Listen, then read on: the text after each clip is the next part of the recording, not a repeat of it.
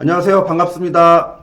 코롱베이트에서 빅데이터 사업을 담당하고 있는 정상섭입니다. 먼저 저희 코롱베이트 IT 라이브 웨비나에 참석해주신 여러분께 감사의 말씀을 드립니다.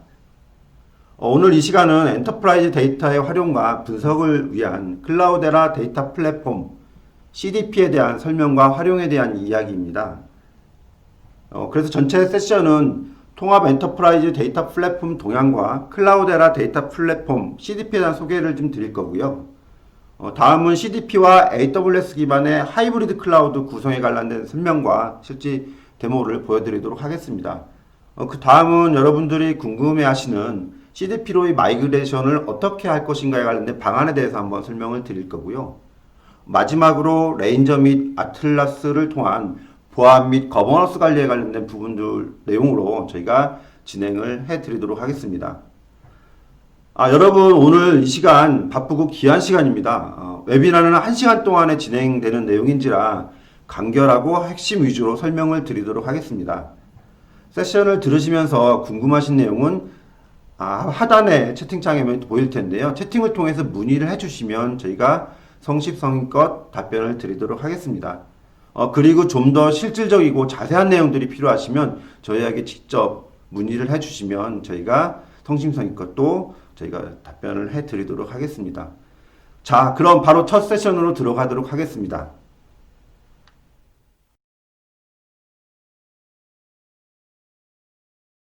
자, 첫 번째 세션으로 통합 엔터프라이즈 데이터 플랫폼 동향 및 필요성 그리고 CDP에 대한 간략한 소개를 드릴 정상섭 팀장입니다. 바로 진행하도록 하겠습니다. 자, 과연 엔터프라이즈 기업, 커스터머, 그러니까 우리 고객분들께서 지금 원하는 것이 무엇이냐는 부분들에서 한번 간단한 문장을 한번 정리해 봤습니다. 데이터 시대의 경쟁에서 앞서 나가기 위해서 우리 기업은 엣지에서 AI까지 어떠한 클라우드 기반에서도 보안과 거버넌스를 준수하면서 전체 데이터에 대한 입수부터 실제 활용까지 AI까지 모든 데이터에 대한 라이프 사이클을 통해서 혁신과 성장을 해야 되는 이런 이제 시대에 지금 직면하고 있습니다. 자, 그래서 이런 데이터 중심 기업이 되기 위해서 필요한 접근 방식이 무엇일까요? 우리 그 클라우드라는 이런 네 가지의 이제 그 접근 방식을 일단 말씀드리고 있습니다. 어떠한 클라우드, 어떠한 데이터도 돼야 된다. 멀티 클라우드, 하이브리드 클라우드, 프라이빗 클라우드, 그리고 데이터 센터, 그리고 저 밑단 디바이스 단에 있는 엣지 영역까지 어떤 영역에서도 실제 이런 부분들이 데이터를 갖다 저희가 이제 가져올 수 있고 그런 환경이 지원이 돼야 된다는 부분이 있겠고요. 두 번째는 데이터 라이프 사이클입니다. 실제 실시간으로 들어오는 스트리밍 데이터에서부터 데이터에 대한 엔지니어링, 데이터 웨어하우스, 그리고 머신러닝과 인공지능까지 전체 풀 라이프 사이클을 할 수 있어야 된다는 부분들이 두 번째가 되겠고요. 세 번째는 요즘에 또 가장 또 그 핫한 부분들이기도 합니다. 점점 커지면서 보안, 그리고 거버넌스에 관련된 부분들이 상당히 중요해지고 있는데, 이런 데이터라든가 메타데이터에 관련된 관리 부분들, 또 상세하고 디테일한 보안에 관련된 부분들, 그리고 이 데이터들이 어디에서 나왔고 어떻게 지금 실제 가고 있는지 관련된 출처에 관련된 부분들, 그리고 데이터와 워크로드에 관련된 마이그레이션이나 이런 부분에 관련돼서 필요한 이런 부분들이 있다라고 이제 정의를 하고 있고, 세 번째는 오픈입니다. 어떠한 제품이나 벤더에 완전 그 종수적이지 않고 할 수 있는 100% 오픈소스 기반으로 가야 된다는 이런 네 가지의 어떤 접근 방식을 이제 필요한 이런 상황이 되고 있습니다. 자, 지금 화면에 보이는 사진은 서버 렉에 들어가 있는 이제 서버들입니다. 감을 잡으셨겠지만 빅데이터 플랫폼입니다. 초반에 빅데이터 플랫폼은 그 데이터를 갖다 수집하고 실제 프로타입용으로 분석을 한다거나 활용하는 용도로 시작이 됐습니다. 그렇다 보니까 아까 같은 그런 이제 조그만 그 규모로 진행도 됐고, 어떤 회사는 조금 더 큰 이제 규모로 이제 이런 빅데이터 플랫폼이 이제 도입이 됐는데, 대부분 초반에 비해서 그 사용자들이 많이 증가가 됐습니다. 당연히 활용도가 높아짐에 따라서 분석가부터 실제 현업의 담당자들 이런 사람들이 이제 계속 지속적으로 이제 증가가 되고 있는 이런 부분들이 있겠고요. 초반에는 특정 조직과 특정 사람들이 관여됐던 반에 지금은 이제 분석 조직, 그다음에 마케팅, 그다음에 신사업, 뭐 제조 같은 경우에는 그 공정에 관련된 부분들, 품질이라든가 이런 조직들이 계속 증가가 되고 있습니다. 당연히 사용료들이 많이 올라가면서 워크로드들이 많이 증가가 되고 있고요. 또 대표적으로 또 이 분석 중에서도 머신러닝, 그다음에 딥러닝이라든가 이런 그 알고리즘에 관련된 사용들이 계속 늘어나고 있습니다. 당연히 많이 쓰면서 데이터도 정형에서 비정형, 그리고 많은 데이터 소스들에 관련된 부분들로 확대가 되고 있고요. 또 실제 비즈니스에 연관을 시키기 위해서, 실시간 비즈니스에 연관을 시키기 위해서 데이터에 관련된 부분들을 실시간으로 수집하고 또 만든 알고리즘 모델들을 실시간으로 비즈니스에 연관시키는 이런 실시간 비즈니스에 관련된 수요도 많이 늘어나고 있습니다. 결국 이런 부분들이 되려면 이 빅데이터 플랫폼 기반에서 모든 프로세스들이 자동화가 돼야 되는 부분들이 있겠고요. 또 이런 활용과 조직들이 많아지고 데이터들이 많아지면서 당연히 보안과 개인정보에 관련된 준수 부분들도 중요한 항목으로 지금 나타나고 있습니다. 자, 이런 부분들은 기업에 있어서 챌린지이기도 하고 한편으로는 리스크가 되기도 합니다. 자, 그렇다면 저희가 조금 더 현장으로 한번 내려가 보겠습니다. 현장의 목소리에서는 과연 이 플랫폼에서 어떤 이야기들, 어떤 수요, 어떤 요구들을 하고 있을까요? IT 부서에서는 온프레미스라든가 클라우드 전반에 이 보안 정책이라든가 메타데이터 구조를 동일하게 이제 적용하기를 원하고 있습니다.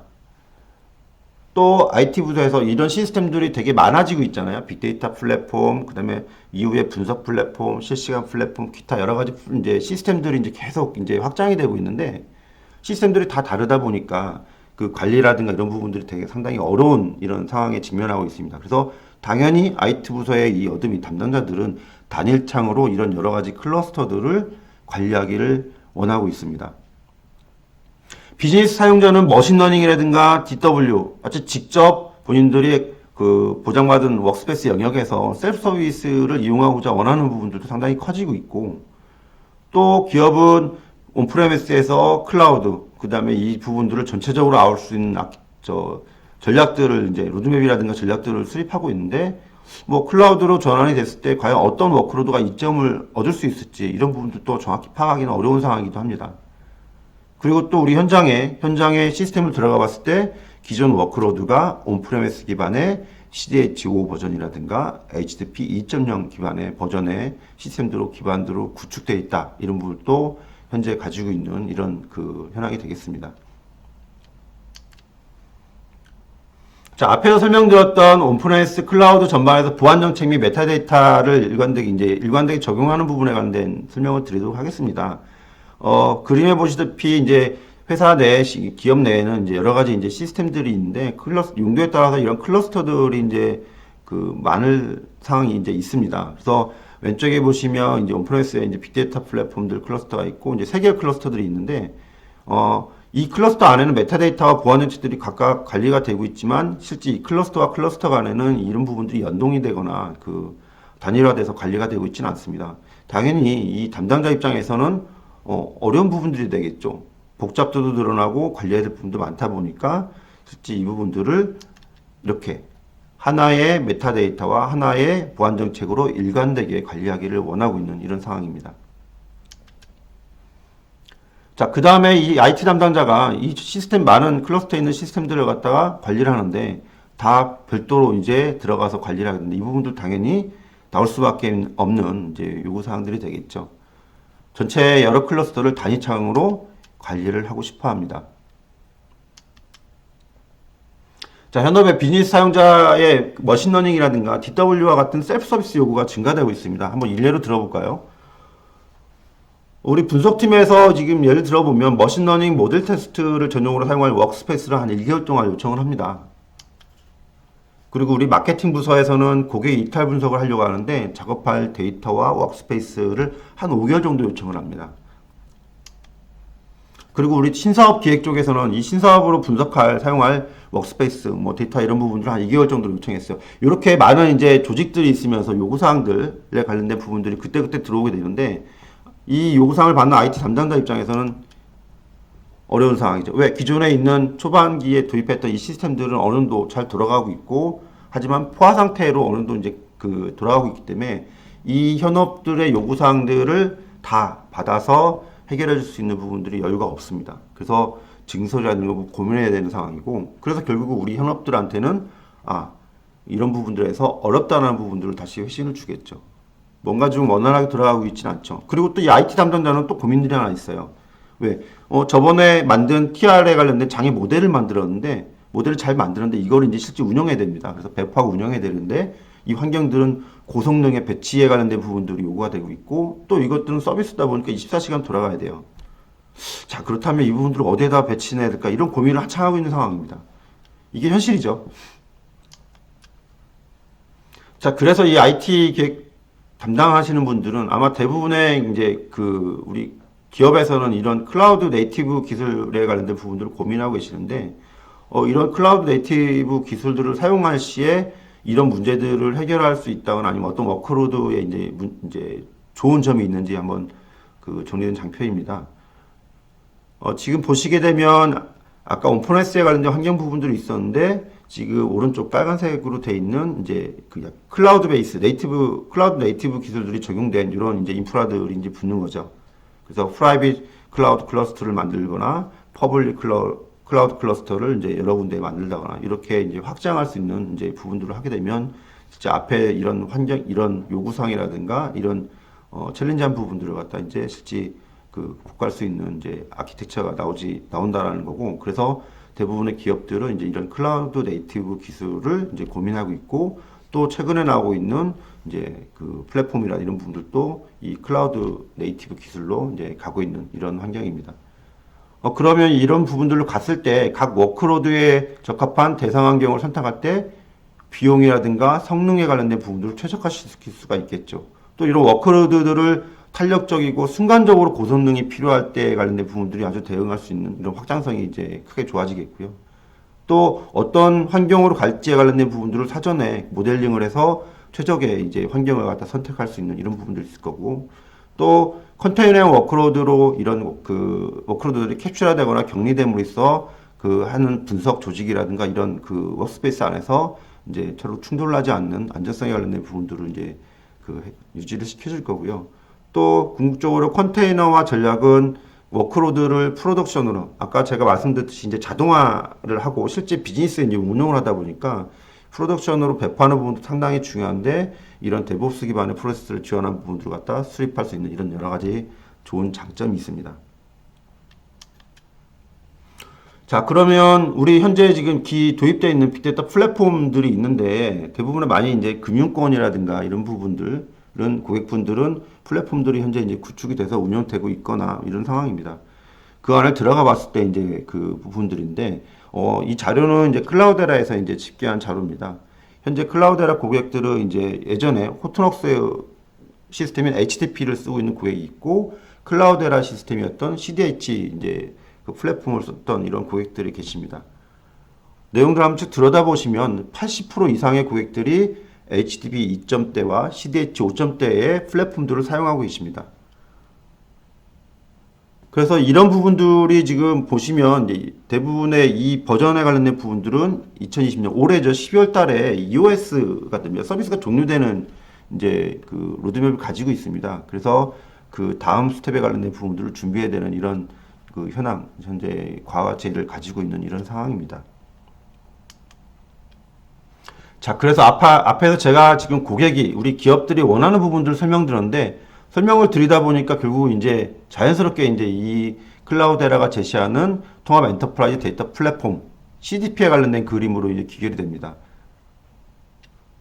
이 그림을 많이 보셨을 거예요. 장편을 보셨고, 클라우드의 전체를 이제 나타내는 그림이 되겠는데, 보시게 되면 실제 윗단에 애니클라우드에 관련된 아까 요구사항이 있었잖아요. 데이터 센터라든가 프라이빗 클라우드, 퍼블릭 클라우드, 그 다음에 또 멀티 퍼블릭 클라우드라든가 이런 애니클라우드, 어떤 환경에서도 돌아가는 부분들, 환경이 지원되는 부분들이 이제 있겠고, 두 번째는 지금 데이터에 대한 입수에서부터 데이터에 대한 엔지니어링, 가공하는 부분들, 데이터에 대한 웨어하우스, 그 그다음에 머신러닝 AI까지 전체 라이프 사이클을 지원하는 애널리틱스 영역이 좀 있을 거고요. 그리고 보안과 가버넌스를 전체적으로 관리해 줄 수 있는 이런 그 SDX라는 영역이 있습니다. 그리고 오픈 소스 기반의 전체적인 이제 런타임을 구성하는 이런 이제 라이브러리가 이제 구성된 부분들이 있고, 이렇게 전체적으로 통합된 그 아키텍처를 가지고 제시한 그림은 클라우데라가 최초로 실제 이제 어나운스에서 지금 만들고 있고 이미 이제 릴리즈한 이런 제품들이 있다라고 보시면 되겠습니다.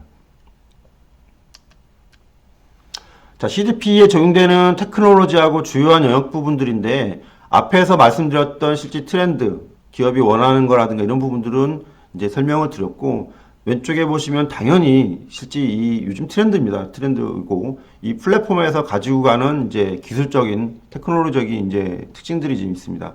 당연히 그 클라우드 경험을 이제 쉽게 쓸 수 있고, 또 요구할 때 바로바로 탄력적으로 쓸 수 있는 부분들, 그리고 또 사용한 만큼 이제 과금을 매기는 이런 클라우드 경험에 관련된 부분들이 이제 그 접목이 돼 있고, 또 예전에는 컴퓨팅과 지금 스토리지가 빅데이터 플랫폼에 통합이 돼 있었는데, 초반에는 그렇게 이제 썼지만 이제 실제 아까 같이 여러 가지 이제 복잡한 환경, 그 다음에 인프라가 많이 들어가면서 조금 비효율적인 이제 모습들이 좀 있습니다. 그래서 스토리지 영역과 컴퓨팅 영역을 분리해서 그 효율성이라든가 성능, 운영을 이제 안정화를 극대화하는 이런 아키텍처가 지금 적용이 됐고요. 당연히 클라우드 네이티브 기술이 들어가면 우리가 잘 아시는 쿠버네티스, 컨테이너 이런 기반 기술들이 들어가 있습니다. 그리고 스트리밍에서부터 실제 이제 AI까지 이런 그 요즘에 가장 고객이 원하는 최신 트렌드한 테크놀로지와 기술들이 이제 이 플랫폼에 들어갔다고 보시면 될 것 같습니다. 오른쪽에 설명된 부분들은 이런 테크놀로지 기반에서 그 CDP에서 지원되는 여러 가지 특징적인 부분들을 한번 좀 설명한 건데, 요거는 한번 지금 바로 아마 보시면은 충분히 이해되는 이런 부분들이라고 생각이 됩니다. 자, CDP의 아키텍처는 우리가 보통 클라우드라는 더 엔터프라이즈 데이터 클라우드를 지향을 하고 있고, 그거를 실제 구현해낸 제품이 CDP입니다. 그래서 CDP의 아키텍처를 보게 되면 크게 두 개의 폼팩터를 가지고 있는데, 보시면 왼쪽에 CDP 퍼블릭 클라우드, 이건 파스 영역입니다. 말 그대로 퍼블릭 클라우드에서 이 CDP에 이제 모든 기능을 쓸 수 있는 부분들이 영역이 되겠고요. 한쪽은 실제 이제 온프레미스 영역입니다. 그 인스톨 베이스가 되겠고, 여기에는 그 CDP 데이터 센터 DC라는 부분과 CDP 프라이빗 클라우드로 이제 설치가 돼서 이제 구성이 됩니다. 그리고 전체적인 부분들을 갖다가 실제 보안이나 가버넌스를 갖다가 이제 그 일관되게 관리할 수 있는 이제 이런 SDX라는 영역이 양쪽에 걸려 있고, 컨트롤 판넬을 통해서 하나의 창으로 관리할 수 있는 이런 여건을 제시해주는 이런 부분들이 CDP 아키텍처의 이제 전체 그림이라고 보시면 될 것 같습니다. 자, 그럼 CDP 퍼블릭 클라우드 잠깐 볼까요? 이따 다음 세션에서도 이 부분들 좀 자세히 설명을 드릴 겁니다. 퍼블릭 클라우드는 말 그대로 퍼블릭 클라우드의 CDP를 구축해 놨다고 보시면 되겠고요. 언제든지 필요할 때 클라우드의 장점을 이용하면서 쓸 수 있다고 생각하시면 여러분 충분히 이 그 기능에 대해서 상상이 되실 겁니다.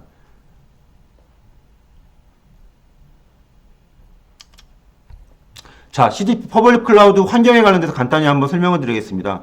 그 퍼블릭 클라우드다 보니까 실제 이 리전, 예를 들어 우리나라, 코리아, 뭐 일본, 아니면 국내에서도 리전들이 영역이 있을 수 있겠죠. 지방별로도 나눌 수 있겠고, 이런 여러 가지 환경별로 이제 이제 시작이 되는데, CDP 퍼블릭 클라우드 안에는 이런 환경을 여러 개를 가져갈 수 있습니다.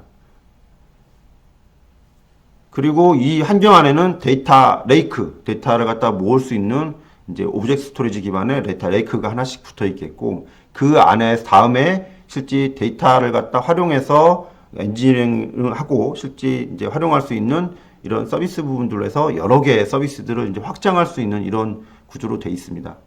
하나의 엔바이러먼트 안에 있는 모든 클러스터는 데이터라든가 메타데이터 그리고 보안 정책들을 이제 공유할 수 있겠고, 엔바이러먼트와 엔바이러먼트 사이에서는 레플리케이션 서비스 통해 가지고 그런 부분들을 공유를 하실 수가 있습니다. 퍼블릭 클라우드 한번 구성부터 쭉 들어간 프로세스 한번 설명을 들어볼게요. IT 담당자가 우리 기업 내 계정을 통해서 CDP 매니지먼트 콘솔에 로그인을 합니다. 여기에 들어가서 아까 말씀드렸던 엔바이러먼트와 데이터 레이크를 만들어요. 만들면 그 안에는 그 기본적으로 필요한 데이터 레이크, 데이터 저장에 관련된 부분들이 정의가 되고 실제 전체적으로 보안이라든가 가버넌스, 메타데이터에 관련된 부분들을 관리할 수 있는 이런 그 SDX라는 부분들이 이 안에 들어가게 됩니다. 그럼 이걸 통해서 실제 필요한 서비스들, 뭐 BI팀 클러스터라든가 ETL 팀이 쓰는 클러스터라든가 데이터 웨어하우스, 그 다음에 머신러닝, 분석을 하는 이런 여러 가지의 클러스터들을 그때그때 실제 만들어서 사용하고 또 사용량이 늘어나면 실제 자동으로 스케일 아웃해서 증가되다가 사용량이 다시 줄면 다시 줄어드는 이런 클라우드의 장점을 이용해서 실제 사용하실 수가 있습니다. 자, CDP 데이터 센터입니다. 간단하게 CDP 데이터 센터는 기존에 있는 HDP와 CDH의 가장 좋은 최신 버전의 기능들을 합해놓고 거기에다 플러스 알파 통합 때문에 더 좋은 이런 기능들을 합해서 나온 제품입니다. 당연히 실제 온프레미스의 머신에서 돌아가는 거다 보니 고성능에 아주 퍼포먼스를 낼 수 있는 이런 작업들을 여기서 돌릴 수가 있겠고요. 당연히 온프레미스 환경에서의 장점들을 이제 취할 수 있겠죠. 자, CDP 퍼블릭 클라우드인데 이 부분들은 아까 CDP 프라이빗 클라우드에 대한 부분들입니다. 퍼블릭 클라우드와 아키텍처라도 기능은 똑같아요. 똑같은 건데 이걸 온프레미스에 이제 인스톨을 구축해 놨다라고 생각하시면 될 것 같습니다. 자, 온프레미스에 구성이 되는 최적의 이제 그림인데 데이터 센터가 있고 실제 각각의 워크로드를 갖다가 이제 분산시키거나 활용할 수 있는 CDP 퍼블릭 클라우드를 위에 얹어서 전체적으로 그 토탈 완성된 그림이 되겠습니다. 자, 현재는 지금 여러분들이 CDH라든가 HDP를 쓰고 있어요. 이 부분들을 CDP로 가자라는 부분들이고, 그래서 저희가 전이투 이제 CDP로 여정을 이제 시작해야 된다라고 이제 설명을 드리고 있는 거고요. 그래서 그 다음 세션이 되겠죠. 이 CDP로 마이그레이션 하는 경로에 관련된 부분들을 저희가 자세히 설명을 드릴 예정입니다. 자, 그 CDP가 나온 지 어나운스 된 지는 조금 됐습니다. 그리고 계속 그 어나운스 릴리즈 돼서 고도화라든가 실제 쓰면서 안정성에 관련된 부분들이 입증이 됐고요. 이제 여러분, 이제 CDP로 가셔도 됩니다. 그래서 저희가 오늘 말씀드리고자 하는 키워드는 Ready to Go CDP입니다. 자, 이상으로 저희 세션은 마치도록 하겠고요. 다음은 CDP의 소개, 간단한 하이브리드에 관련 소개 및 이 AWS 기반에서의 클라우드 아키텍처 그리고 실제 데모에 관련된 부분들을 소개해 드리도록 하겠습니다. 감사합니다.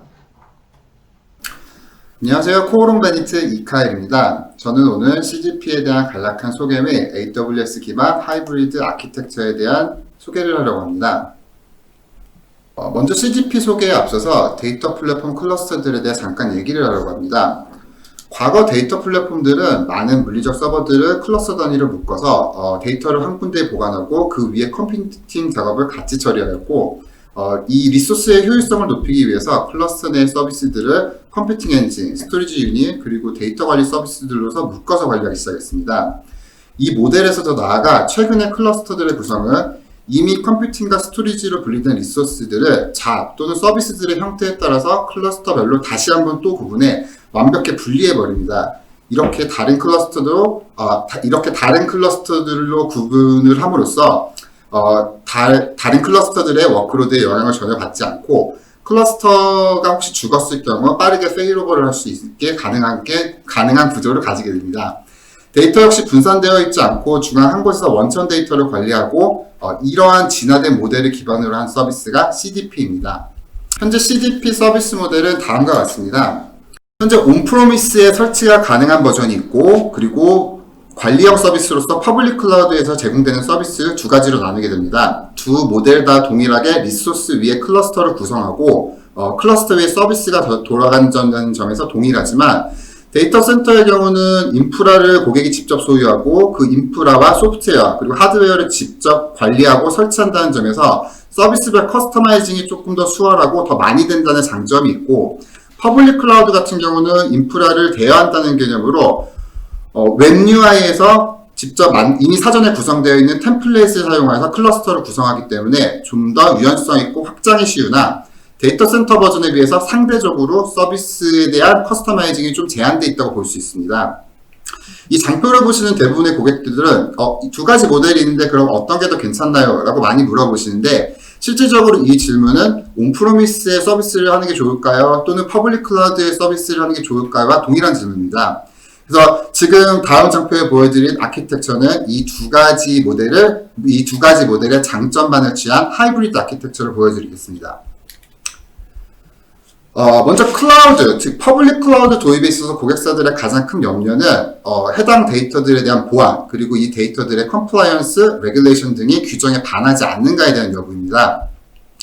보시는 아키텍처는 실제 고객사의 데이터 보안 요건을 충족한 실제 구성 사례이고, 이 고객사의 경우 두 가지의 필수 조건이 있었습니다. 첫 번째는 기존의 데이터 분석팀에서 사용하고 있는 환경이 AWS 환경이었기 때문에 반드시 클라우드 벤더사로 AWS를 사용해야 됐고, 두 번째는 그룹사 보안 정책에 따라서 내부에 있는 데이터들은 절대적으로 외부에 공개될 수 없다는 방침이 있었습니다. 즉 내부에서 실행하는 서비스 또한 외부망을 타서는 안 되는 조건이 있었고, 간단하게 내용을 요약하자면 하이브리드 환경 내에서도 데이터가 외부에 노출되지 않아야 되고, 사용자들은 내부망에서만 서비스 또는 데이터들을 액세스하는 조건을 내걸었습니다. 이러한 고객의 두 가지 요건을 수용하기 위해 저희는 VPN을 사용하여 AWS 퍼블릭 클라우드와 고객사의 데이터 센터를 연결하였고, 데이터 센터 내의 라우팅 테이블 룰과 그리고 AWS 내 시큐리티 그룹을 적절히 사용하여 하나의 대규모 프라이빗 네트워크를 생성하였습니다.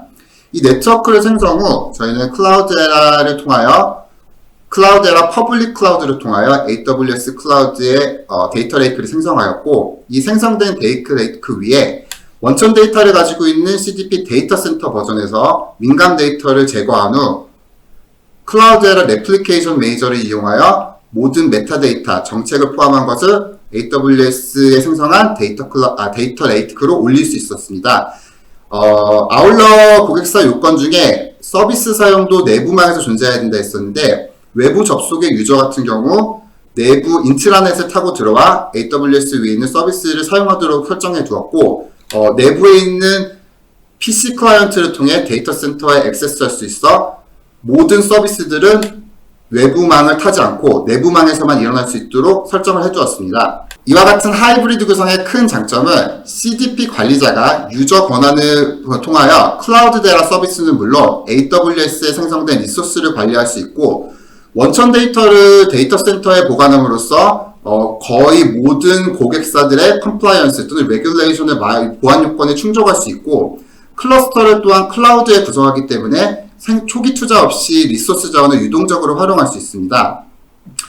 참고로 올해 말에 출시될 프라이빗 클라우드 버전이 있는데, 이 프라이빗 클라우드 버전은 지금 설명드린 데이터 센터 버전의 데이터 원천 소스를 두고 프라이빗 클라우드를 이용하여 해당 버추얼 클러스터를 사용해 컴퓨팅 유닛을 프라이빗 클라우드 위에 사용하게 됩니다. 즉, 퍼블릭 클라우드에 개입 없이 지금 하이브리드 구성과 동일한 환경을 사용할 수 있습니다. 올해 말에 출시되니 이 부분을 참고해 주시면 좋을 것 같고요. 다음은 저희가 지금 하이브리드로 구성된 CDP 퍼블릭 클라우드들의 서비스들을 간단히 소개해 드리려고 합니다. 앞서 소개한 아키텍처의 검증을 위해서 저희가 내부 시스템에 동일한 환경으로 테스트 환경을 구축해 놓았는데, 실제 환경에 접속에 앞서서 CDP 시스템의 간단한 로직에 대해 설명을 드릴게요. CDP 같은 경우 데이터 레이크를 먼저 생성을 하고, 이 데이터 레이크를 사용할 수 있는 세 가지의 클러스터 서비스가 있습니다. 옆에서 보시는 바와 같이 데이터 오브 클러스터, 데이터 웨어하우스 클러스터, 그리고 머신러닝 클러스터가 있습니다. 이 각각의 컴퓨팅 유닛과 데이터 레이크를 합쳐서 하나의 인바이러먼트라고 부르고, 인바이러먼트는 여러 개 생성할 수 있고, 이 각각의 인바이러먼트들을 상단의 매니지먼트 콘솔 아래에 있는 데이터 카탈로그, 워크로드 매니저, 그리고 레플리케이션 매니저 등을 통해서 관리할 수 있습니다. 이제 시스템에 접속해서 한번 화면을 공유해 보도록 하겠습니다. 앞서 장표에서 보셨던 화면처럼 클라우드에라 로그인 시 첫 메인 화면은 다음과 같습니다. 3개의 클러스터 서비스로 구성이 되어 있고, 그리고 3개의 데이터 관리 서비스, 그리고 이 모든 유저 또는 자산들을 관리할 수 있는 매니지먼트 콘솔로 이루어져 있습니다. 퍼블릭 클라우드 사용을 위해서는 매니지먼트 콘솔을 위해 인바이러먼트, 즉 환경을 하나 먼저 생성을 해야 되는데요. 시연을 위해서 지금 제가 사전에 먼저 하나를 구성을 해놨습니다. 실제 구성 시 레지스터 인바이러먼트에 들어가서 AWS 사전에 구성해놓은 IAM 롤이랄지 크리덴셜을 설정해 둔 것을 선택을 해주시고, 고객사별로 특별한 보안 정책이 필요하실 경우 AWS VPC 내 시큐리티 그룹이랄지 라우팅 룰을 먼저 설정해 주시고, 인바이러먼트 설정 맨 마지막에 VPC랑 서브넷 그리고 S3 버킷을 설정하는 곳에서 해당 생성된 리소스들을 선택해 주시면 됩니다. 다시 환경으로 돌아와서 이미 구성해 놓은 환경을 살펴보면 AWS의 아마존 서울 리전에 구성이 되어 있고, 해당 인바이러먼트를 클릭해보면 해당 인바이러먼트에서 쓰고 있는 데이터 허브, 그리고 데이터 레이크, 그리고 이 해당 인바이러먼트에 대한 간략한 정보가들이 나와 있습니다. 먼저 보실 거는 데이터 레이크를 보실 건데요. 데이터 레이크 탭을 클릭하시면 데이터 레이크를 구축하기 위한 각각의 서비스들을 확인할 수 있습니다. 이 각각의 서비스들은 웹 UI를 통해서 진입이 가능하고, UI를 통해 서비스에 들어가고 안에 환경 설정이랄지 구성 등은 이곳을 통해 변경하실 수 있습니다. 아울러 데이터 레이크 안에 보면은 실제로 구성하고 있는 하드웨어 정보랄지, 실제로 쓰고 있는 S3의 정보랄지 이런 것들을 확인하실 수도 있고, 실제로 이 하나의 인바이러먼트에는 데이터 레이크가 한 대씩 구성이 되며, 이 한 대의 데이터 레이크의 구성에 필요한 리소스는 AWS 기준으로 EC2 세대, RDS 한 대, 그리고 S3, 그리고 S3 가드를 위한 다이나모DB 한 대가 필요합니다. 매니지먼트 콘솔의 대시보드를 보시면 해당 등록되어 있는 모든 인바이러먼트를 볼 수 있는데, 지금 사전에 저희가 생성해 놓은 클라우드 버전 외에도 CDH라는 온프로미스 버전을 볼 수 있습니다. 이는 저희가 아키텍처 검증을 위해서 내부 데이터 센터에 설치한 CDP 버전이고, 해당 클러스터를 등록하는 방법은 메뉴 최하단에 클래식 클러스터에 들어가서 Add 클러스터를 누르게 되면 SSH 에이전트를 다운받을 수가 있고, 이 실제로 에이전트를 통해서 보안 통신을 하게 됩니다. 그래서 보시다시피 내부 IP에도 불구하고 서로의 정보를 공유하고 있고, 고트 클러스터 매니저라는 해당 클러스터를 들어가게 되면 이동 없이 직접적으로 해당 클러스터에 붙일 수가 있습니다. 그리고 안에 내부에 있는 서비스도 당연히 액세스 가능하고요. 다시 클러스터로 들어가서 해당 클러스터를 눌렀을 경우 클러스터를 구성하고 있는 간단한 서비스들과 유효 리소스들을 확인할 수 있습니다. 아울러 매니지먼트 콘솔에서는 제일 중요한 유저 관리가 가능한데요. 유저 매니지먼트 탭에 들어가 보시면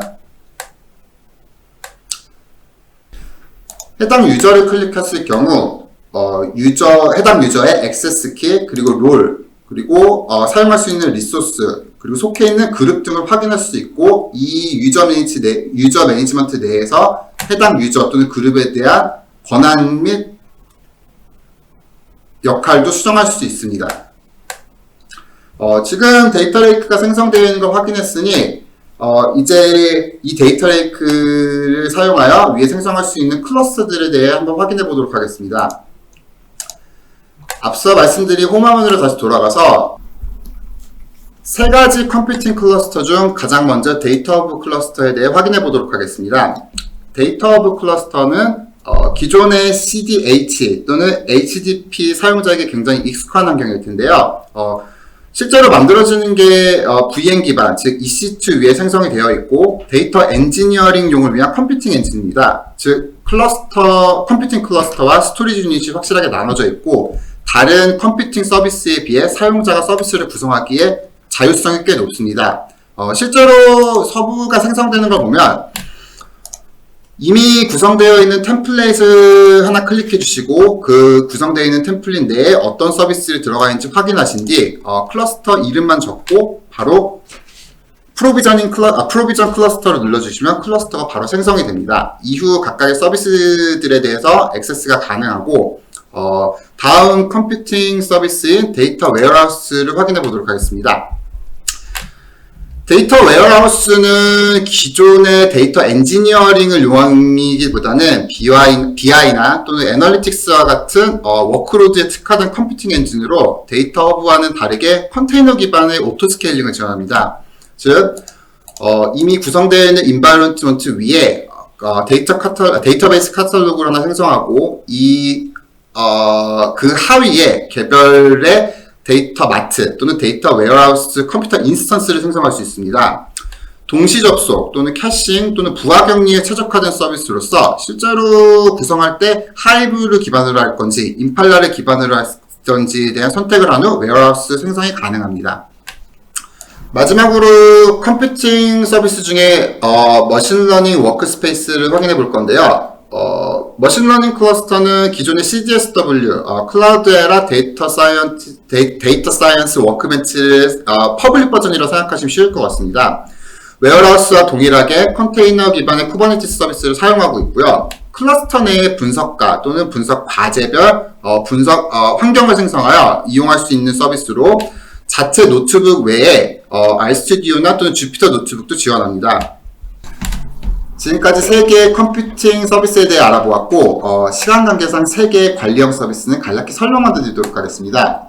일단 먼저 워크로드 매니저는 각각의 환경에 있는 작업들의 부하들을 확인하고 해당 작업들의 최적화에 도움을 주는 중앙 관리형 툴이고, 레플리케이션 매니저는 이름에서도 아시다시피 데이터의 복제 그리고 메타데이터, 즉 메타 정보 그리고 정책까지 같이 복사 또는 마이그레이션을 도와주는 툴로서 특히 데이터 마이그레이션 정책을 미리 정립을 해놓고 해당 정책을 원하는 시간에 실행시킬 수 있는 스케줄링을 지원합니다. 그리고 마지막으로 데이터 카탈로그 같은 경우 여러 환경에 있는 데이터들을 검색하고 구성할 수 있고, 또한 보안, 관리를 위한 중앙 집중형 관리 툴입니다. 시간이 없어서 지금 관리 툴에 대해서는 지금 간략하게만 설명해 드렸는데, 다음에 세션 기회가 있다면 다시 한번 자세히 설명을 드리도록 하고, 이것으로 CGP에 대한 간단한 소개는 여기까지 하고, 다음으로 마이그레이션 플랜에 대한 소개가 이어지도록 하겠습니다. 안녕하세요. 코롱베이트 이정혁입니다. 제가 말씀드릴 내용은 CDP 마이그레이션에 관련된 내용입니다. 현재 HDP나 CDH를 운영하고 계신 고객분들께서는 신규 통합 버전인 CDP로의 전환에 대해서 많은 궁금증을 갖고 계실 텐데요. 현재 국내 시장에서는 CDP 신규 설치에 대해서는 아직 시작 단계라고 보시면 될 것 같습니다. 그리고 CDP로의 업그레이드 방안은 일단 7.0 버전이 나와 있긴 한데 7.1 버전이 나와야 업그레이드가 가능하기 때문에 이제 마이그레이션에 대한 어떤 구체적인 방법론보다는 CDP로 갈 수 있는 선택지가 어떤 것들이 있는지 그런 것들에 대해서 설명을 드리도록 하겠습니다.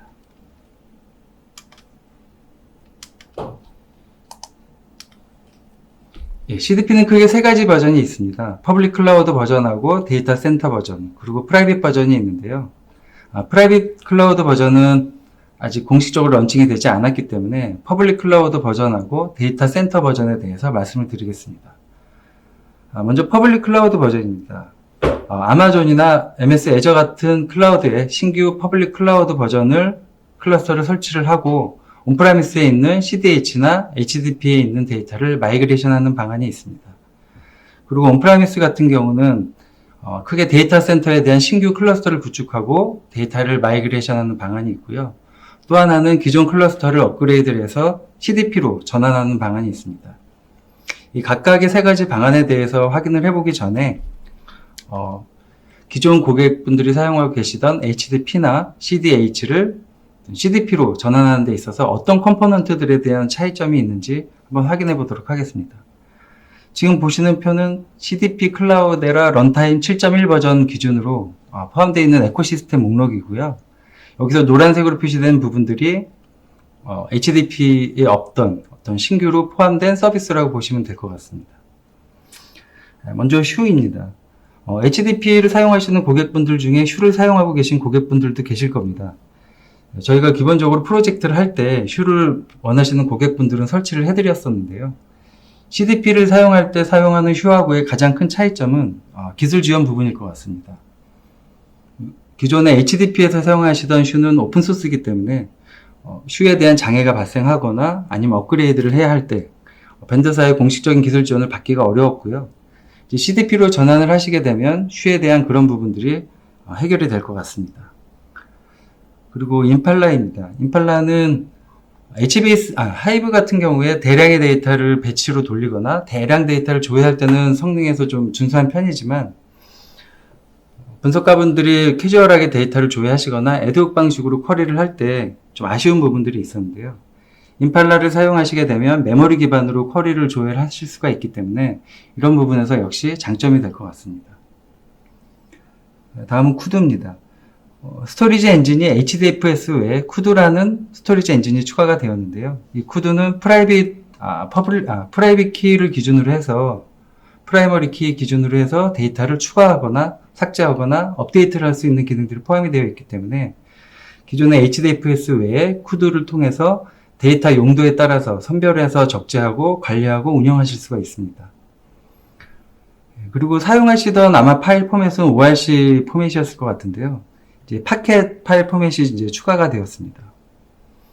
그리고 클라우데라 매니저가 있는데 HDP를 기존에 사용하시던 분들은 안바리를 사용을 하셨기 때문에 클라우데라 매니저를 사용해 보신 적이 없을 텐데요. 직관적인 UI나 모니터링 부분에서 아무래도 클라우데라 매니저가 훨씬 뛰어난 부분들이 있기 때문에 이번에 통합되면서 클라우데라 매니저로 변경이 된 것 같습니다. 다음은 CDH입니다. CDH는 가장 크게 변한 부분들이 아마 보안 서비스에 관련된 부분일 것 같습니다.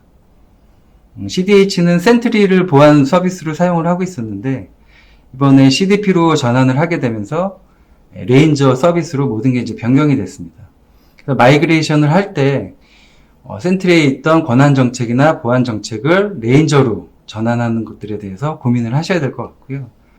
그 밖에도 맵리듀스라고 하는 프로세싱 엔진을 아실 텐데 그 맵리듀스에 대한 내부 처리를 할 수 있는 프로세싱이 개선된 태즈라는 엔진이 새롭게 추가가 되었고요. 따라서 태즈를 활용하는 하이브 속도 역시 좀 약간 성능 개선이 된 부분이 있습니다.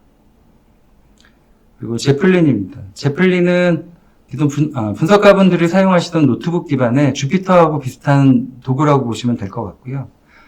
슈를 사용해서 쿼리를 통해서 하드볼 조회를 하셨었는데 이제 제플린이라는 분석 도구가 포함되면서 그 제플린 안에서 파이썬도 하실 수가 있고 스파크, 그다음에 쿼리도 날리실 수가 있기 때문에 통합적으로 데이터에 대한 탐색이나 분석이 가능한 장점이 있습니다.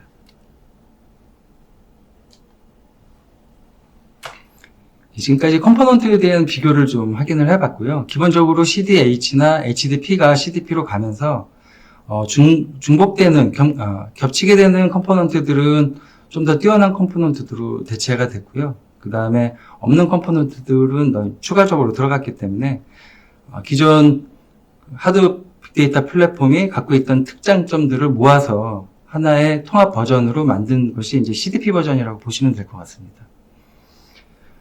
보시는 내용은 CDP 퍼블릭 클라우드로의 이제 마이그레이션 내용입니다.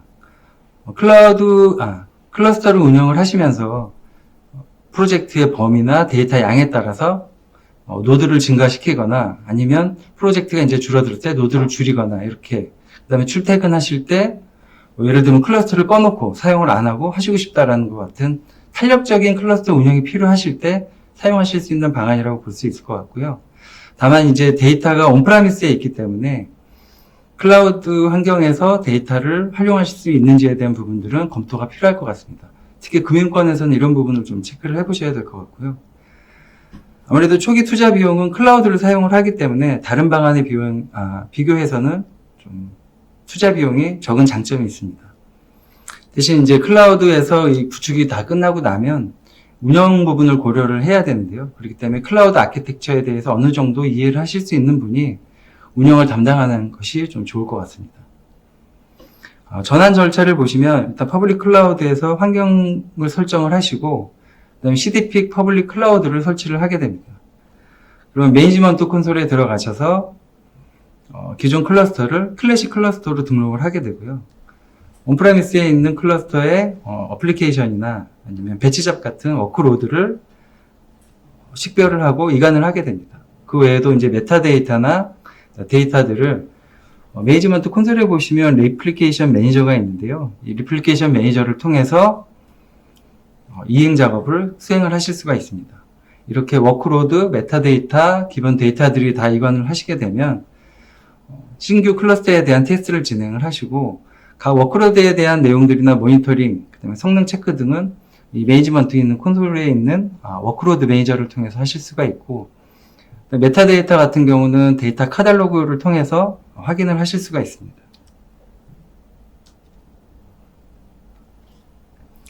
다음은 온프라미스에서 CDP 데이터 센터로의 마이그레이션 내용입니다. 먼저 신규 서버를 구축을 해야 되는 부분이 있기 때문에 이 데이터 센터 버전으로의 마이그레이션은 초기 투자 비용이 좀 상대 다른 방안보다 좀 높은 편입니다. 그것들을 고려를 하셔야 되기 때문에 만약에 클러스터를 확장할 계획이 있으시다고 한다면 이 방안을 한번 고민해 보시는 것도 좋을 것 같습니다. 전환 절차는 앞서 말씀드린 절차와 좀 대동소이한데요.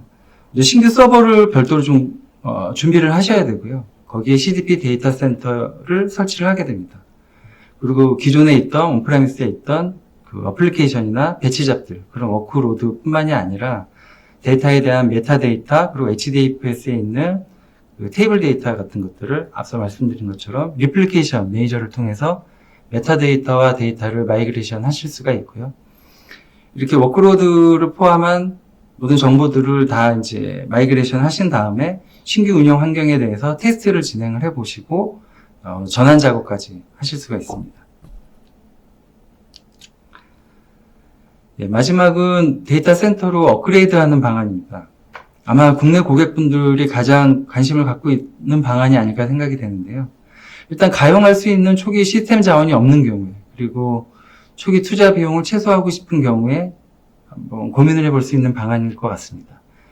대신에 이제 사전에 개발 클러스터가 있다고 한다면 그 클러스터의 업그레이드를 각 버전별로 맞춰놔서 한번 테스트를 해보시고 실질적으로 업그레이드 프로세스를 진행해보는 것을 추천을 드립니다. 업그레이드를 하기 위한 버전을 좀 확인을 해보면 기존에 CDH 5점대와 HDP 2점대를 운영하고 계셨던 고객분들은 CDP 7.1 버전이 나오면 업그레이드를 하실 수가 있고요. 그 다음에 CDH 6점대 버전하고 HDP 3점대 버전을 운영하고 계셨던 분들은 CDP 7.2 버전이 나오면 그때 업그레이드를 하실 수가 있습니다. 업그레이드 단계를 좀 간략하게 보시면 CDH와 HDP가 크게 다르진 않습니다. 먼저 CDH를 보시면 관리 툴이 이제 클라우데라 매니저이기 때문에 그 클라우데라 매니저를 가장 최신 버전으로 업그레이드를 해야 됩니다. 업그레이드를 하시고 그다음에 기존 컴포넌트들을 아까 제가 이제 표로 보여드렸던 CDP 런타임의 그 표에 있는 에코시스템들을 최신 버전으로 업그레이드를 해야 되고요. 이 업그레이드까지 다 끝난 다음에 이제 CDH에 있는 권한이나 보안 정책들을 마이그레이션을 하셔야 되는데 아까 말씀을 드렸지만 CDH는 이제 센트리로 권한 관리와 보안 정책이 되어 있기 때문에 레인저로 마이그레이션 하는 분들을 어떤 세밀한 계획을 세우셔서 이행을 하셔야 됩니다.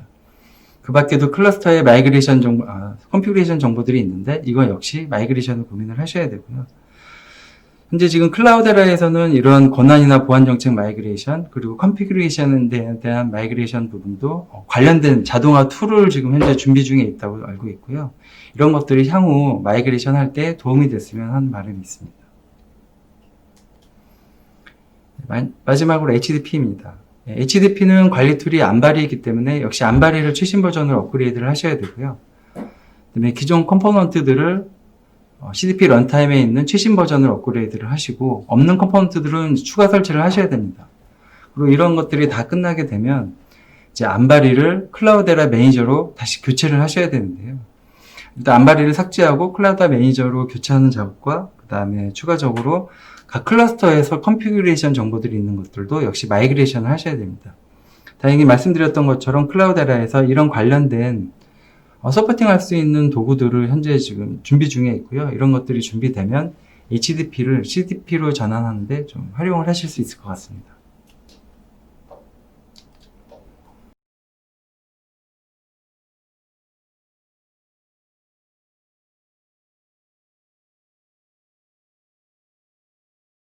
안녕하세요. 보안 및 거버넌스 세션을 맡은 코오롱베인트 강민우입니다.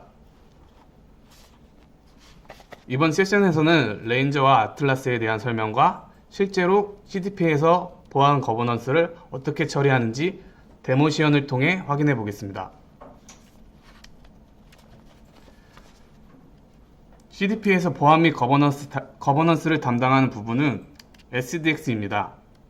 SDX는 메타데이터와 스키마를 자동으로 수집하여 저장 보관하는 기능과 데이터 마이그레이션의 기능을 제공하고 접근 통제와 데이터 암호화 처리를 하는 시큐리티 기능과 데이터 리니지를 확인할 수 있는 거버넌스 기능을 제공합니다.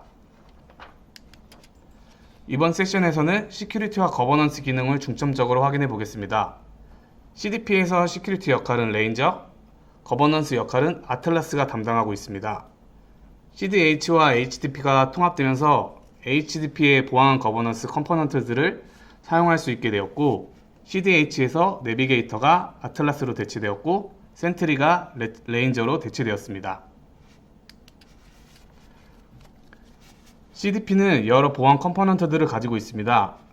인증이나 사용자 그룹 매핑에는 커버러스와 녹스가 사용되고, 사용자 접근이나 권한 통제에는 레인저를 사용하고, 메타데이터 관리와 데이터 가공에 대한 리니지 확인은 아틀라스로 확인 가능하며, 데이터 암호화, 마스킹, 필터링에 대한 부분도 레인저로 처리 가능합니다. 레인저와 아틀라스에 대해 좀 더 살펴보면, 레인저는 세분화된 정책을 컬럼과 로우 레벨까지 적용하여 필터링과 마스킹이 가능하고, 아틀라스는 누가 어떤 데이터를 사용하는지 확인할 수 있습니다.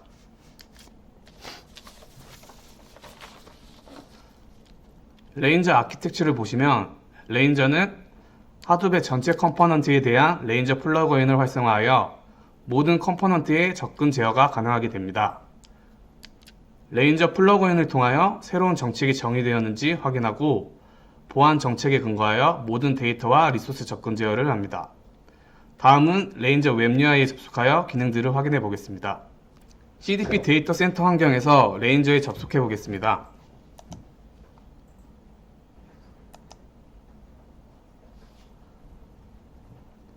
접속한 레인저 화면은 액세스 매니저의 리소스 기반으로 각 하드 컴포넌트들에 대한 리소스 정책을 설정할 수 있습니다.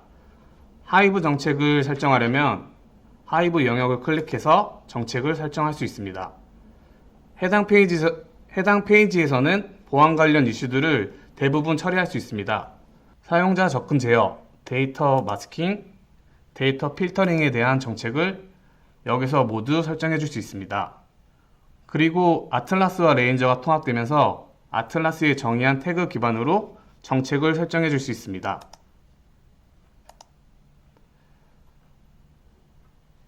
다음으로 레인저의 어딧 기능을 보면, 해당 페이지에서는 하드웨어 모든 컴포넌트들에 대한 접근 기록과 작업 내역들을 상세히 확인할 수 있습니다. 다시 발표 장표로 확인하겠습니다. 다음으로 아틀라스 아키텍처는 세 가지 영역으로 나누어 보실 수 있습니다. 각 컴포넌트의 메타데이터를 가지고 있는 개체들은 카프카를 통해 해당 메타데이터를 아틀라스로 저장하고, 아틀라스에서는 수집, 용어집, 계보 관리, 분류와 같은 기능들로 메타데이터를 관리할 수 있게 됩니다. 그리고 아틀라스에 저장된 데이터들은 클라이언트 앱을 통해 레인저나 데이터 카탈로그와 같은 보안 거버넌스 영역에 활용됩니다. 다음은 아틀라스 웹 UI에 접속하여 기능들을 확인해 보겠습니다. 접속한 아틀라스 화면입니다.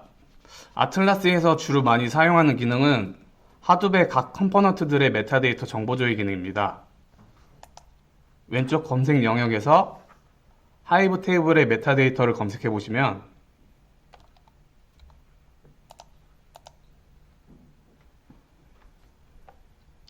테이블 목록들을 조회할 수 있고, 목록을 클릭하면 해당 테이블에 대한 상세한 스케마 정보, 그리고 자주 사용하는 리니지 기능이 있습니다. 리니지에서는 해당 데이터가 어떻게 가공되고 이동되었는지 확인할 수 있습니다. 마지막으로 클래시피케이션 기능은 메타데이터 정보들을 별도의 분류 키워드로 묶어 관리할 수 있는 기능이고, 해당 기능으로 레인저의 보안 정책을 적용할 수 있습니다. 세션 마지막에 비즈니스 데모 시연에서 클래시피케이션을 기반으로 레인저 보안 정책을 적용할 예정입니다. 다시 발표 장표를 보겠습니다. 앞에서 설명드린 내용을 토대로 아틀라스와 레인저의 통합 아키텍처를 살펴보면 HDFS, 하이브, HBS와 같은 컴포넌트들의 메타데이터를 아틀라스에서 조회 가능하며 아틀라스의 태그 기능을 이용하여 메타데이터들을 관리할 수 있습니다. 레인저에서는 아틀라스 클라이언트를 통해 아틀라스에서 정의해 놓은 태그에 접근하여 데이터 마스킹 처리나 사용자 접근 제어 같은 정책을 정의할 수 있습니다. 아틀라스 레인저의 데모 시연을 위해 가상의 비즈니스 시나리오를 설명드리겠습니다. 금융 서비스 회사와 보험 서비스가 합병되면서 시카고 지역의 분석 부서와 LA 지역의 HL 부서가 고객 데이터에 접근을 해야 합니다. 고객 데이터는 통합되지만 보안 정책은 지역별로 나누어져야 합니다. 양사의 고객 데이터를 통합하고 외부 규정을 준수하기 위하여 보안 정책 적용이 필요한 상황입니다. 시연할 데모의 내용을 보시면 아래의 오리지널 쿼리 기준으로 유저 1은 시카고 지역의 분석 부서로 시카고 지역의 데이터만 조회 가능해야 하고 유저 2는 LA 지역의 HL 부서로 LA 지역의 데이터만 조회되어야 합니다. 그리고 F네임과 같은 개인정보 컬럼은 마스킹 처리하지만 HR 부서에서는 조회 가능하도록 설정해야 합니다. 해당 정책들을 적용하여 레인저의 다이나믹 로우 필터링과 컬럼 마스킹 기능을 확인해 보겠습니다. 시연을 시작하기 전에 최종 결과부터 먼저 확인을 해 보겠습니다. 해당 쿼리는 시카고 지역의 분석 분서에서 실행한 결과입니다. 아래의 결과를 확인해 보시면 시카고 지역인 데이터만 조회되고 개인정보 컬럼은 널값으로 마스킹된 결과를 확인할 수 있습니다.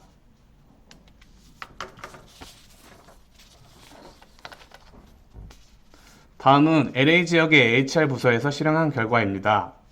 아래 결과를 보시면 LA 지역의 데이터만 조회되는 것을 확인할 수 있고 개인정보 컬럼은 HR 부서이기 때문에 정상적으로 조회되는 것을 확인할 수 있습니다.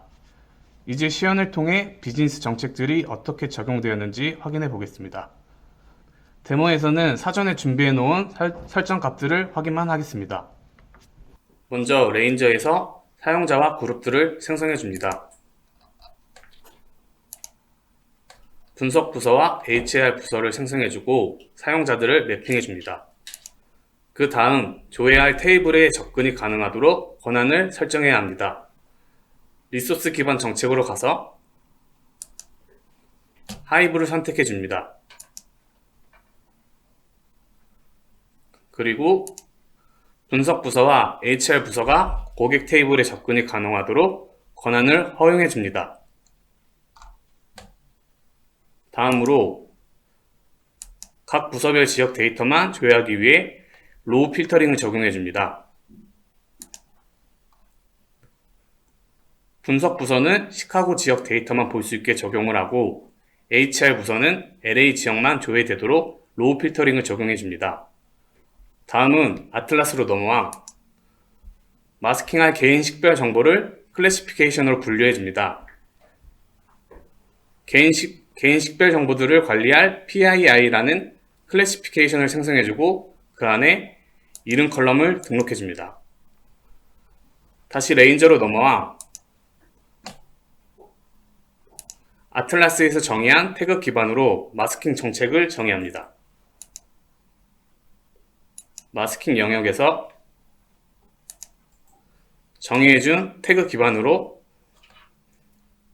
분석 부서는 개인정보를 널값으로 마스킹 처리를 진행해줍니다.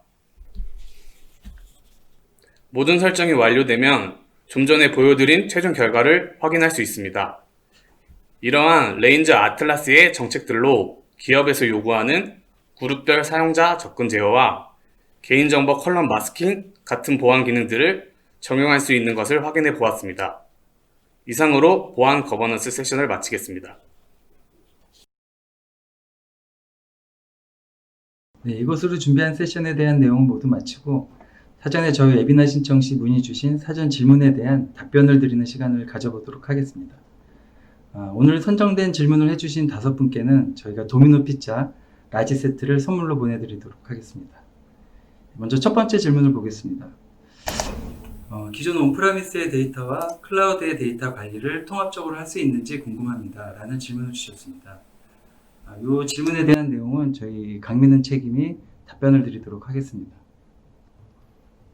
네, 질문에 답변을 드리자면은 CDP 퍼블릭 클라우드에서는 온프라미스의 클러스터와 클라우드 상의 클러스터 간의 데이터 검색, 이동, 분석 등을 통합적으로 지원하는 관리 기능을 제공하고 있습니다.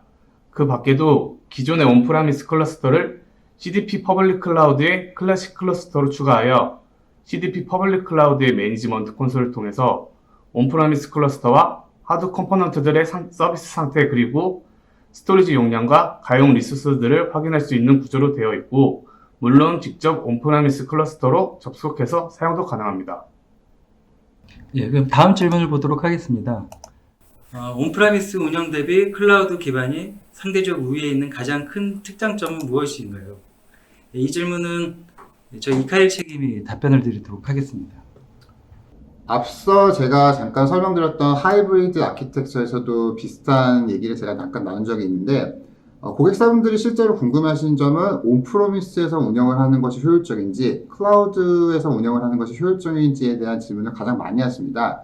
실제로 앞에서 제가 말씀드렸던 얘기지만 하지만 온프로미스 운영을 할 때 장단점이 있고 클라우드 기반에서 운영을 할 때 장단점이 있습니다. 그래서 제가 앞에 설명드린 하이브리드 같은 경우는 온프로미스의 장점과 클라우드의 장점만을 취합하여 고객이 원할 때 즉각적으로 원하는 워크로드에 맞출 수 있고 리소스를 맞출 수 있도록 각각의 장점을 취하는 그 아키텍처고, 지금 여기서는 사실 클라우드 기반이 상대적인 우위에 있는, 제가 클라우드의 장점을 여쭤본 것 같은데, CDP를 클라우드에서 운영할 때 가장 큰 장점은 유연성과 확장성입니다.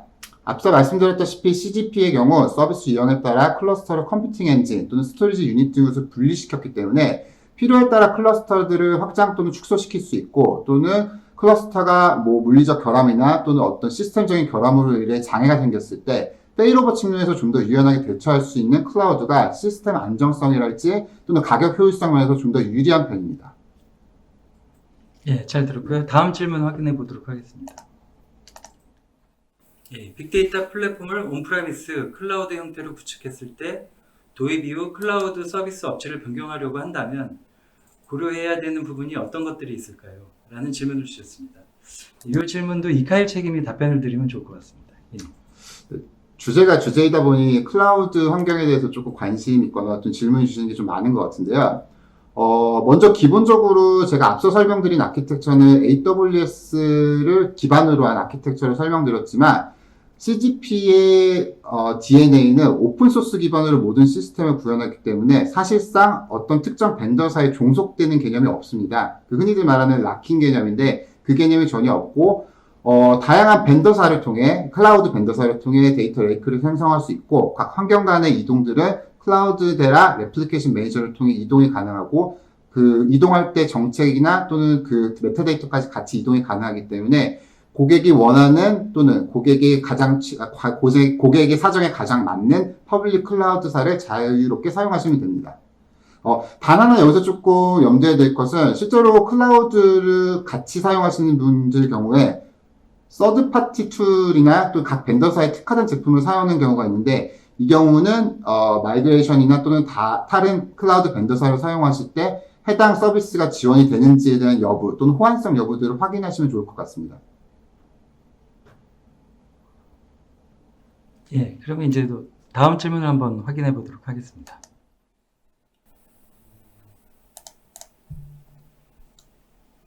예, 아파치의 오픈소스나 클라우데라의 서비스를 바로 이용하는 것에 비해 어떤 장점이 있는지 궁금합니다. 라고 질문을 주셨는데요. 이 질문은 지금 제가 봤을 때 아파치의 오픈소스와 클라우데라의 서비스를 바로 이용하는 것에 대한 비교를 물어보신 것 같거든요. 이 비교를 기준으로 해서 좀 말씀을 드려보면, 제가 좀 말씀을 드리겠습니다. 빅데이터 플랫폼 안에 하드분 여러 가지 오픈소스 기반의 에코시스템들로 이루어져 있습니다. 그렇기 때문에 이런 오픈소스들을 다양한 기술들로 사용하기 때문에 서로 통합하고 호환성을 맞추려면 각 버전별로 많은 테스트와 검증 작업이 이루어져야 하는데요. 이를 위해서는 높은 기술적 이해도도 필요하고 많은 시간과 그리고 인력이 필요하게 됩니다. 더구나 계속 발전하고 있는 오픈소스들을 지속적으로 업그레이드하고 다시 적용하고 검증하는 작업들이 끊임없이 반복이 돼야 하는데요. 이런 점을 고려했을 때 이미 사용하고 있는 오픈소스에 대한 호환성과 기술적 검증을 마친 클라우드의 통합 플랫폼을 사용하는 것이 아무래도 고객 입장에선 시간이나 비용이나 기술적 위험도 등을 최소화할 수 있는 방안이 될 것 같습니다. 그리고 마지막 질문을 한번 확인해 보도록 하겠습니다. 마지막 질문입니다. 기존 방식 대비 비용 효율성이 궁금합니다. 라는 질문을 주셨는데요. 서브크립션 부분을 기준으로 좀 말씀을 드리면 기존 HDP나 CDH에서 CDP로 전환하셨을 때 기본적으로 서브크립션에 대한 비용의 변화는 없습니다. 그래서 기존 서브크립션 비용으로 CDP에 추가된 강력한 기능이나 부가 서비스들을 사용하실 수 있게 되는 거고요. 그렇기 때문에 비용 대비 클러스터의 여러 가지 기능들을 더 추가로 사용하는 분명 이점이 있을 것 같고요. 다만 마이그레이션 과정에서 필요한 워크로드 이관이나 그 다음에 신규 클러스터에 대한 테스트 등 휴먼 타스크가 필요한 부분이 있는데요. 이 부분에 대한 인력 비용은 별도로 고려가 될 수 있을 것 같습니다. 이상으로 질의응답에 대한 내용을 마치고요. 혹시 더 궁금하신 점이 있으면 저희한테 연락을 주시면 따로 저희가 회신을 드리도록 하겠습니다.